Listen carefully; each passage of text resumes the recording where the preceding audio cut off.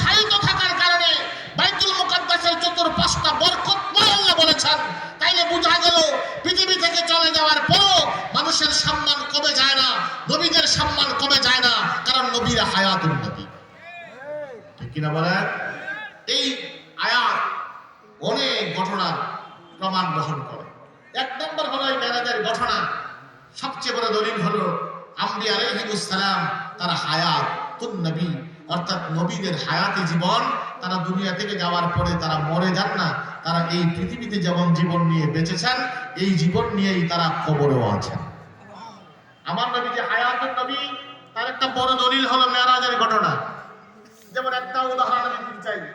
আপনাদের হাল্লা গ্রামের কবরস্থানের পাশে, আপনি পশ্চিম পাশে গিয়ে বড় হুজুর যদি যায় সেটা কয়, ওই কবরের মুর্দার তোমরা মুক্তা দিও, আমি ইমাম সাহেব নামাজ পড়ি জামাতের সাথে। আল্লাহু আকবার।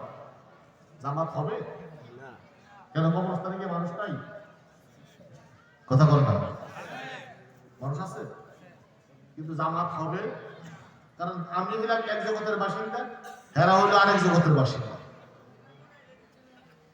আমি দুনিয়ার বাসিন্দা, তারা বারজাখের বাসিন্দা। এক জগতের ইমাম আরেক জগতের মুক্তাদি, তা হবে? তারা এক জগতের, তারা হায়াতি জীবনেরা, তারা রুহানি ভাবে আছে। কবরের মধ্যে কোনো মানুষ এই দেহ নিয়ে দুনিয়ার মতো জীবিত না, কিন্তু প্রত্যেক মানুষ তাদের অস্তিত্ব বিলীন হয়ে যায় না, জীবিত রুহানি ভাবে। এই জন্য আমরা কবর দেখে সালাম দিই, আসসালামু আলাইকুম ইয়া আহলাল কবর বলি কি বলি না? আমরা বলি আসসালামু আলাইকুম। কুম মানে তোমাদের উপর সালাম বর্ষিত হোক, ফার্স্ট পারসন সেকেন্ড পারসন। এখন যদি আমার কথা তারা না শুনতো, এইভাবে সালাম দেওয়ার কোনো যুক্তিকতা নাই। আমি বলতাম আসসালামু আলাইহিম, তাদের উপর সালাম বর্ষিত হোক, শান্তি বর্ষিত হোক। আমি হিম বলি নাই, তাদের বলি নাই, বলছি তোমাদের উপর। তাহলে বোঝা গেল আমি তুমি, তুমি আমার কথা শুনছো, কবরের মানুষ জিন্দাদের কথা শুনুন। সুবহানাল্লাহ। এবং কবর জিয়ারতের আদব কি? কবর জিয়ারতের আদব হলো, একজন মানুষের কবরে যখন আপনি যাবেন, দুনিয়াতে আপনি যেভাবে তাকে সম্মান দেখাতেন, কবরে যাওয়ার পরেও জিয়ারতের সময় আপনি তাকে এভাবেই সম্মান দেখাতেন। বাবার সামনে কি ঠ্যাং তুলে বইতেন? কবরে বাবার কবরের সামনে গিয়েও ঠ্যাং তুলে বসা যাবে।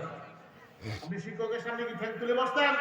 না, আপনি দুনিয়ায় যেভাবে তাকে সম্মান দেখাতেন, আপনি কবরের মধ্যে গেলেও, জিয়ারতে গেলেও তাকে এভাবে সম্মান দেখাতে হবে। অলির দরবারে নরম হয়ে দাঁড়াইতে, ধ্যান নরম হয়ে দাঁড়াইতে হবে। এই জন্য আমরা কবরকে পিছন দিয়ে জিয়ারত করাকে জায়েজ মনে করি না, মাকরুহ মনে করি। কারণ এটা আদব না। কবর জিয়ারতের আদব হলো কবরকে সামনে রেখে জিয়ারত করা। আপনি যদি কারোর সাথে দেখা করতে যান, আপনি কি হেরে ফিস দিয়ে দিবেন আসসালামু আলাইকুম? কথা বলেন না, এটা কি মানানসই হয়? না। আপনি একজনের সাথে দেখা করতে গেছেন, গিয়া কি হেরে ফিস দিয়ে দিবেন আসসালামু আলাইকুম? না। এটা বললে কি ভদ্রতা হবে? না। আপনি কবরে গেছেন জিয়ারত করে দেখা করতে, কবরের মধ্যে তার সাথে জিয়ারতে গেছেন, আপনি ওখানে গিয়ে তাকে পিছন দিয়ে